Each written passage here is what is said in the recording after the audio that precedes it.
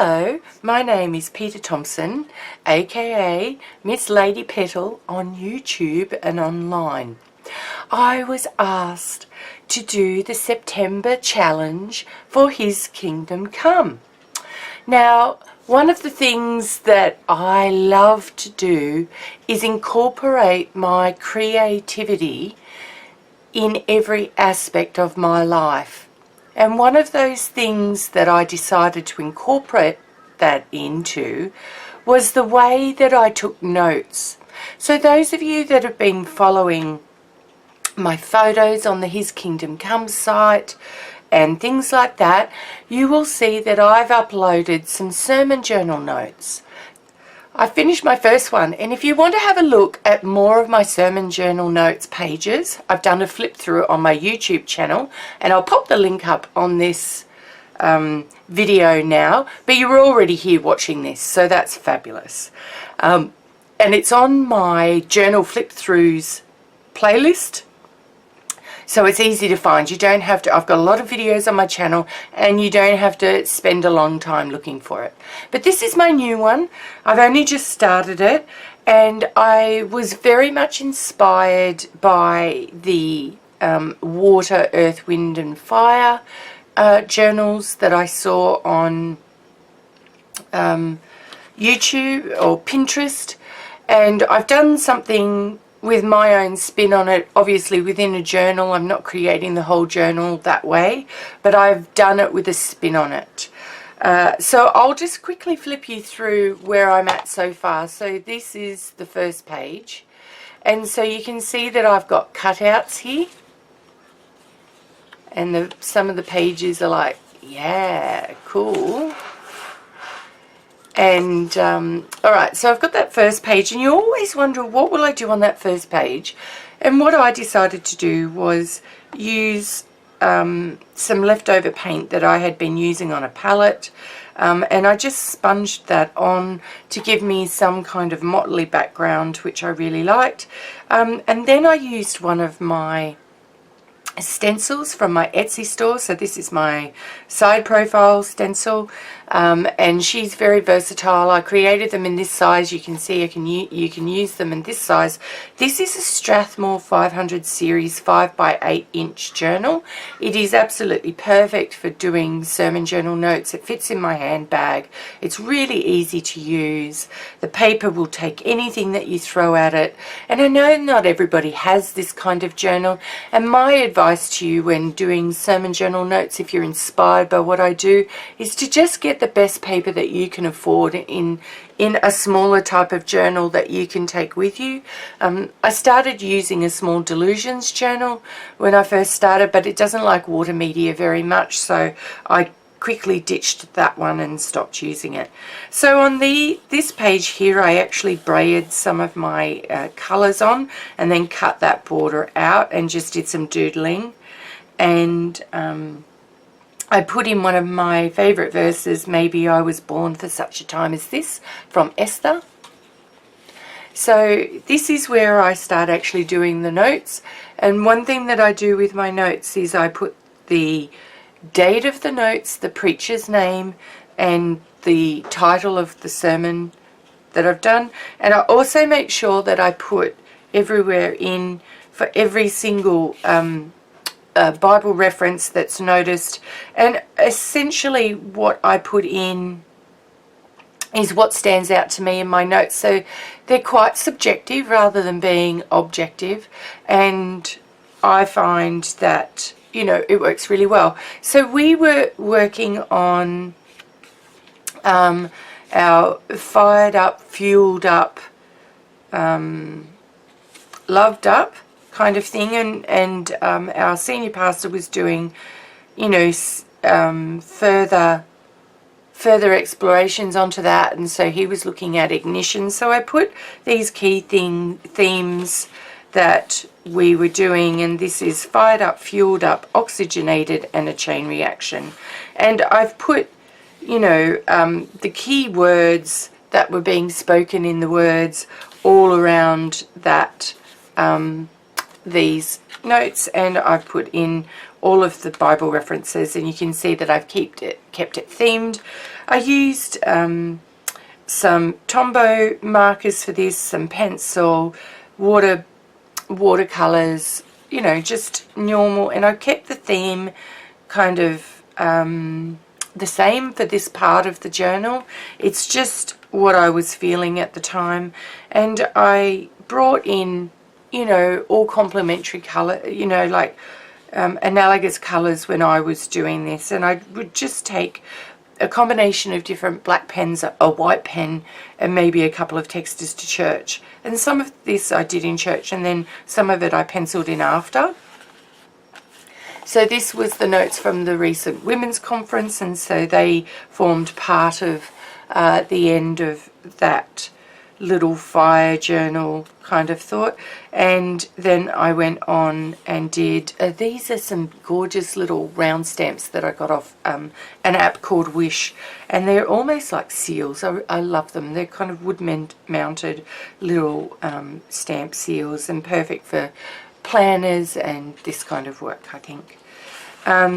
So this particular page, I had a little bit of flesh tones, and I had just basically painted in, and it looked quite orange, a neck and a face, and I didn't and some shoulders, and I didn't really do too much more with it than that for a long time.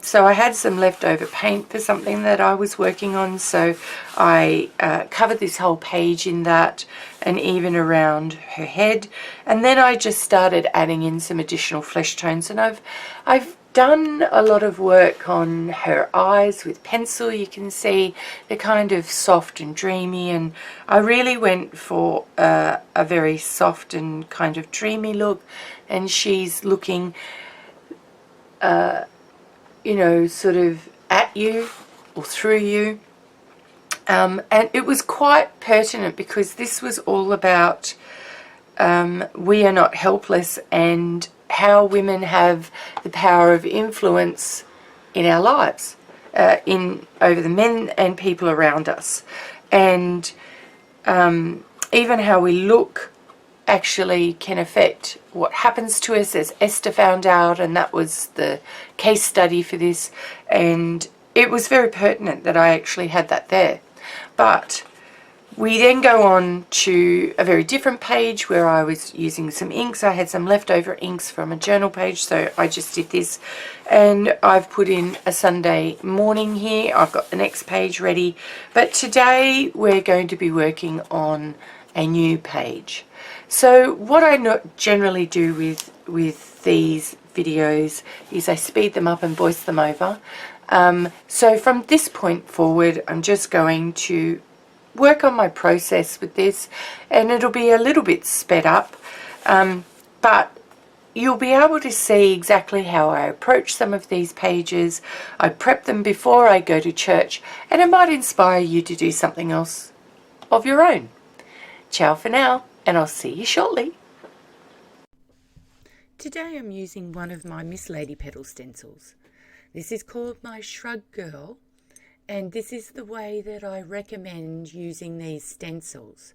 They work best when they have a waterproof, fade-proof ink used to create a very fine and light outline.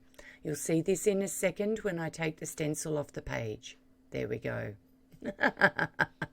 Now I use this instead of a basic sketch when I'm not in the mood to draw something, and I particularly really liked this girl that I drew once, so I like to recreate her every now and again.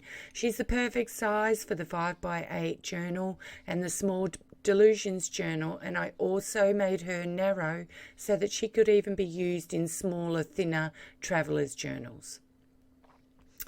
So generally after this I use a Prismacolor pencil In my Strathmore journal, I often use watercolours because it can take the watercolours and it's a great surface to write on.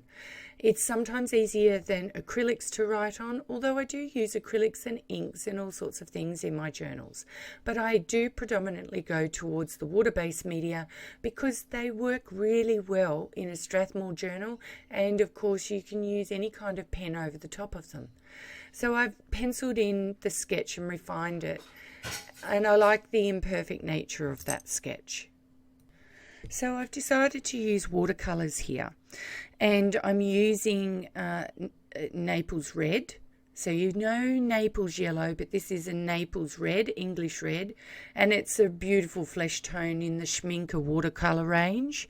I'm also using a warm sienna or raw umber on as my toning colour, and I'm liking, because I've got that really faint kind of light unbleached titanium layer underneath. I have a really good kind of undertone, and it seals the page a little bit, but the coating is just that little bit uneven, so you can see that even looks a little bit like a yellow oxide, but it's a raw sienna. So I'm using a filbert brush, and this is a special brush that I keep for watercolours and for portraiture, and you can just see me adding in the shadows there. She's got shadows coming on the left side of her face, and you will find that there's always some in the eye sockets. I also use some like pinky kind of more a reddish tone, and I start using that very gently and watered down in some other parts of her face. And remember, with watercolours, the only true white is the white of the page. So that's why I haven't touched her eyes. So I'm using like this really beautiful kind of terracotta red colour, and I'm adding some browns into it. And I'm just adding in darker colours for her hair, but I like it really sketchy. And this is done in the initial in the watercolour, and it's the underlayer for her hair. And of course, just like her face is shaded, her hair is shaded as well on that side of the face, so you need to keep your shading consistent. And you can do this with acrylics, you can do it with Tombow markers, you can use all sorts of things to do any of these steps. I'm just liking my watercolours, and I find that it's just easy. I have a large palette of really good quality watercolours, so I use them, and they are a great under shading for my mixed media techniques. When I look at this, sometimes I just use watercolours, but I often use pencils on top of them as well, and sometimes soft pastels as well. I find that I have a lot to do with extra things, and that Prisma pencil acts as like a resist, so it helps to corral your watercolour for this kind of sketch, which is not always what you want, but you know, when you're working quick and you're working with a stencil and this is going to have journal notes all around it, it's not like it's fine art, and we can use these tips. So you can see that I put the darker pigment of colour at the top of the eye where the shadows are, and on the left of the eye where the shadows are in this particular portrait. And as you can see, I've pulled out my dusky pink Tombow marker. I will drag that watercolour around. I find that they are really good for fine details in this sort of work. So I'm just dragging that down and just creating that light lip. Because as our lips come out, you know, we have on our bottom lip a shiny part, and our lips go in towards our teeth for our top lip. So now I'm just adding in a darker kind of umber colour, but I've watered it down quite a lot just to really increase the shadows for the features. You can just have a look. Sometimes it's good. I know this is a bit sped up, but I think sometimes it's really good to have a look at what I do here, and sometimes to pause and have a really good look at the over effect. So in watercolour portraits, I like to keep it quite painterly. I don't always blend my watercolours perfectly, but I do try to avoid blooming, which is that, you know, harder bloomy edge. And I also do try to avoid hard edges in a lot of the portraits. So I like those soft colour tonings, and I like to use various different colours. Quite often I use violets at this point, and blues. But at this point I'm using like a rose madder kind of colour with browns in it, and it just gives different kind of darker coffee tones. It's similar tones to what I've used in the hair. So I'm using a lot of the hair colour to bring symmetry into the portrait. And I'm quite happy with that. So now I'm going to pull my colour pencils out. And I'm using, you know, a really beautiful kind of rose beige flesh tone. And I'm just going in and just evening up some of the skin tone. And this happens, these pencils work incredibly well over watercolour. They form a beautiful base. And I am going to be using my Prisma blender in this, so the blender pencil, a bit in this when I want to really bring out, burnish the colour of the pencil in the grain of the paper. So you see my arm a bit. I often like to put purple shadows in blue eyes. I love it. But I will add further tones of dark blue to her eyes now. You see that dark blue. But it's a dark blue that kind of is the indigo, so it's got a bit of purple in it. And I often like to use those colours then in the shadows. They bring a sense of symmetry with a limited palette into any kind of work that you do. Don't be afraid to use non-flesh tones for shading, either in hair or on skin.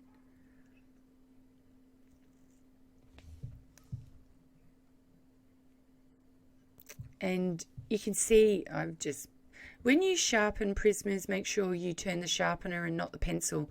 I've got a Prisma here that I'm working with that's actually broken, and I just push the lead in and still use it, but I have to use, and it works well because I use it lightly. And I'm just accentuating those planes of the face.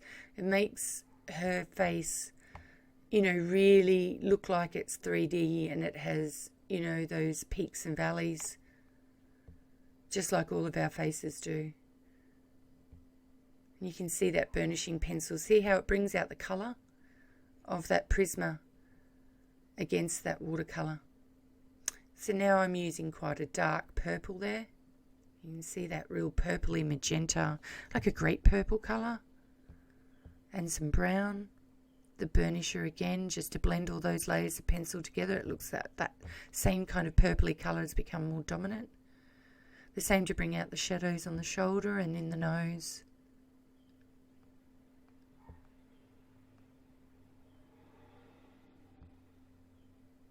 So my pupils at the moment, I kind of use a lot more of a realistic kind of a pupil look. So I often put that top lid in just to define the eye, and then I'm doing more realistic pupils at the moment. So I'm doing rounder pupils and not half pupils. But that is up to you. You can change the features of these eyes. You can straighten that right eye up to stand a little bit. I like the imperfect nature of that because in a lot of portraits there's almost no one in the world that has a perfectly symmetrical face. And when I work in portraiture, I like to look at, I love the imperfections in faces. It gives the face character. So I'm using a black pencil now to just define some of those features even a little bit more. Add in some of the shadows.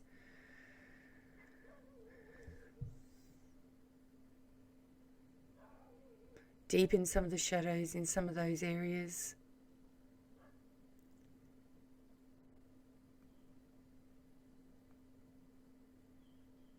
I love just working gently. Tamara Laporte calls it faffing around. I love that word, faffing. And you can just see this is about creating lowlights and highlights. And I like leaving some of that pencil rough so that it kind of, because none of our hair is always perfectly smooth. So it's more natural to just leave some of those rough tones in the hair. And I'm leaving the right side pretty light because I want, you know, I've got a much lighter side of the face. And you create that kind of lovely symmetry then. So my white Sharpie marker, I really like it for doing the light spots in the eyes. I also use a white Signo roller pen. It's really nice in this particular thing where I can just whiten up parts and then smudge them with my finger so I don't see the lines, because it is a paint pen, so you are able to smudge it like paint. And sometimes you get highlights that you don't, they're a bit lighter, and you can add things. It goes over watercolour and a lot of mixed media surfaces incredibly well, and just adds that additional highlight to your portrait. So I'm going back in with the black pencil, and I'm just lightly penciling in some eyelashes. I don't want to make them the feature, so she's not wearing mascara. She's got really big eyes. Her face is dominated by those eyes. Now this sand acrylic paint, I'm just going to brayer on the other side of the page. I've just decided not to draw any lines on this page, so I'm just brayering it on just to give it a little bit of randomness in the application, and it makes sure that the coating is very, very thin and even, so that I don't have to worry about it when I use my pens and markers and stuff on that page. It also, I really like applying with a brayer as well, because it dries really, really fast. And it gives me then synergy between page 1 and page 2. There's a lot of different kinds of marks and stuff from the brayer and stuff on page 1. I like that. It just kind of works with that slightly grungy. It might look like she's standing against a wall that's got scuff marks from kids. Maybe from children's church or Sunday school. And I just love the nature of that. Always add in some squiggly lines if you're doing this. I like these kind of borders where they kind of look slightly hand stitched and they've got little bits of rag and stuff on them. And for me, this is just about done now. I'm just going to add in some final, deeper, some of the darker shadows in with that pen. You can see that just adds the final touches to add the depth to the portrait. So I'm going to write my notes on that page. I'll take it to church, and I'll have probably 3 or 4 different black pens, 1 or 2 white pens, and maybe a couple of markers that tone in with the sort of markers that I used in that portrait. And often I'll just add in additional features. And you can see I'm just using the Tombow that I used for her lips to just deepen those shadows a little bit and smudging it with my finger. I could also use a water marker, a water brush. I hope you've enjoyed this month's challenge. Ciao for now.